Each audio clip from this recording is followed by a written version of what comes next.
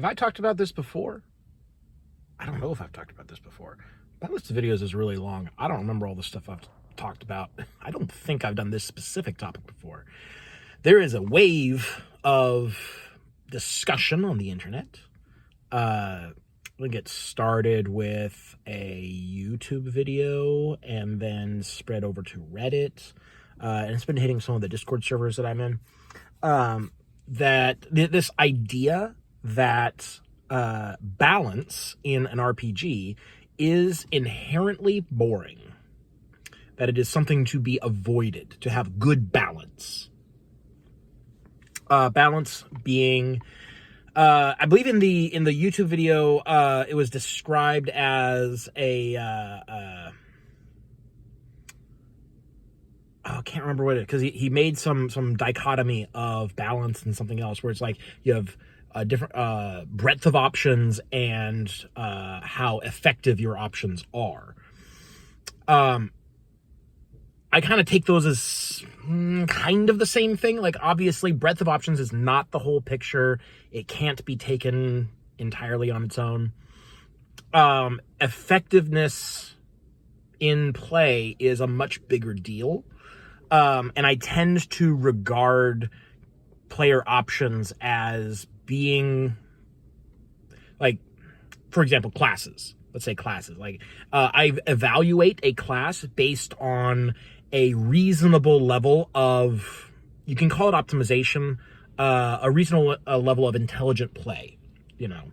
At like a caster, I don't evaluate a caster based on random spell picks or bad spell picks. I evaluate them based on, like, if you pick spells that are obviously good and you play intelligently and you use your resources wisely, spellcasters are incredibly powerful.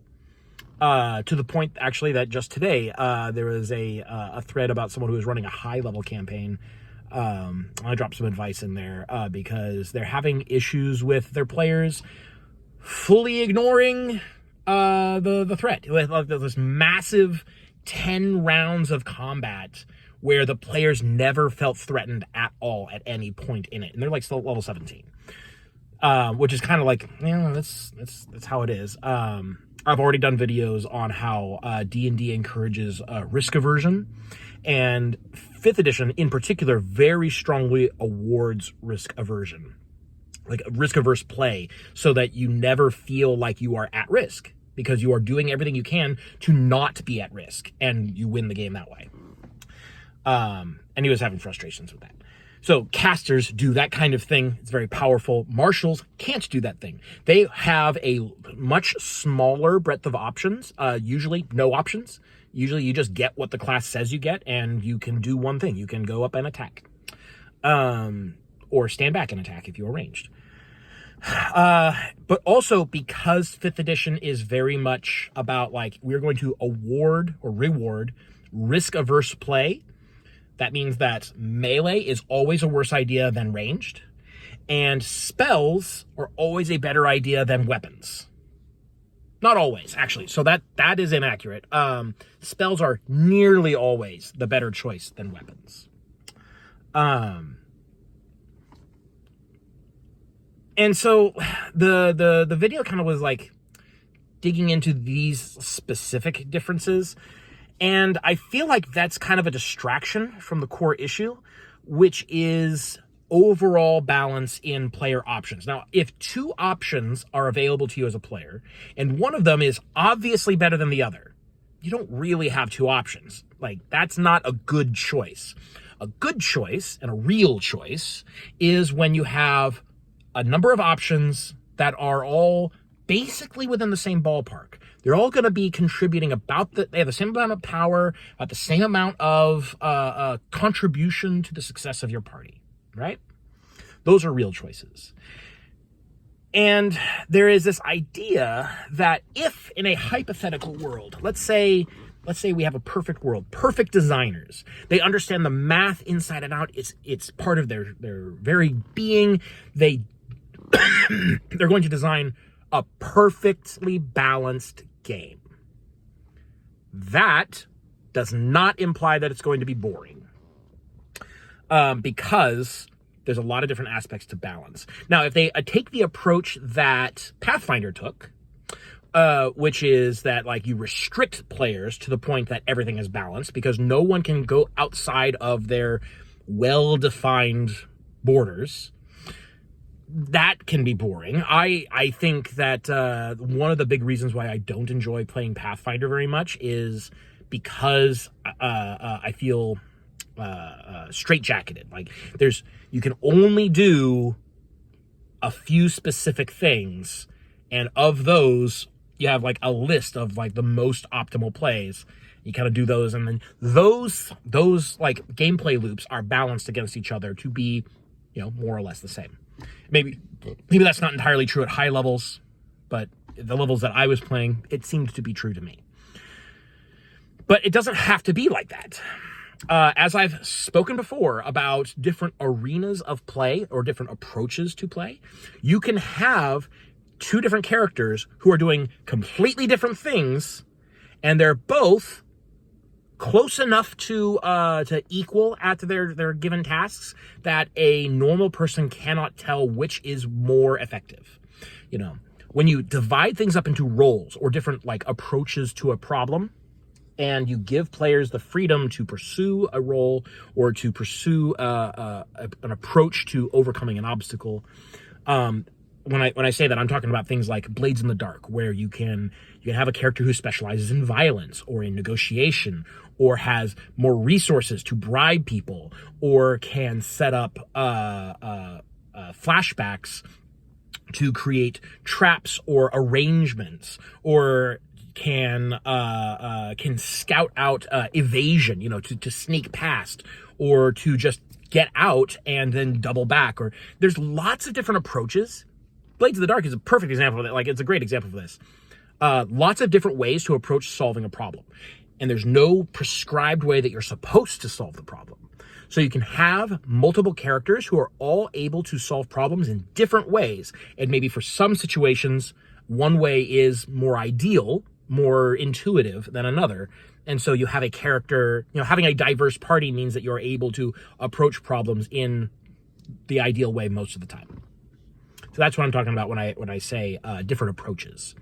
Different roles, I am referring to things like in 4th edition, where you have, damage dealers, defenders, support characters, and controllers, each of whom has a different role in combat. They're not trying to do the same thing. They're trying to reach the same end, which is to defeat the enemy, but they are not doing it in the same way. They all are covering different aspects of combat. And so you can't really say that a fighter in a particular party, in any particular party, you can't really say that like this fighter is better than this rogue, because they're doing different things. You can't really say that a warlord or a cleric is better than the wizard or the druid, because they're doing different things. They're not directly comparable. They have different goals, different priorities, different strengths, and different weaknesses. So these are ways that you can create a very well-balanced game, maybe perfectly balanced. Actually, nope, not perfectly balanced. I would say there's probably, in a cooperative game, there's really no such thing as perfectly balanced. Because the only way to really objectively define balance is with like something like win rates, which isn't applicable in an RPG. So in a cooperative game, there's no perfectly balanced, but you can say well balanced, in that a normal person cannot say definitively that one option is always better than another, or one character is better or worse than another, when they are using different options. That is well balanced. 4th edition, well balanced. Blades in the Dark, well balanced in this way. It has some issues with progression, but not when it comes to like comparing characters. You're not going to have one character that just completely obsoletes another. That doesn't happen. So this idea that a well-balanced game is automatically boring is, I think, attributing things that, like, specific aspects of game design that people don't like about Pathfinder or about 4th edition. They are carrying forward their specific complaints about the way those systems have done it and extrapolating that to the entire idea of balance in order to say, we actually don't want our games to be well balanced. We want to have this gross power disparity where some players are able to solo entire adventure modules, and other players more or less can't contribute to a lot of fights, and have no out-of-combat utility whatsoever past what a statless NPC would have, Like, that's the kind of power disparity we're talking about in 5th edition. It's actually pretty extreme. It's not the worst I've ever seen, no, but by modern game design standards, yes, 5th edition is one of the worst balanced games on the market today.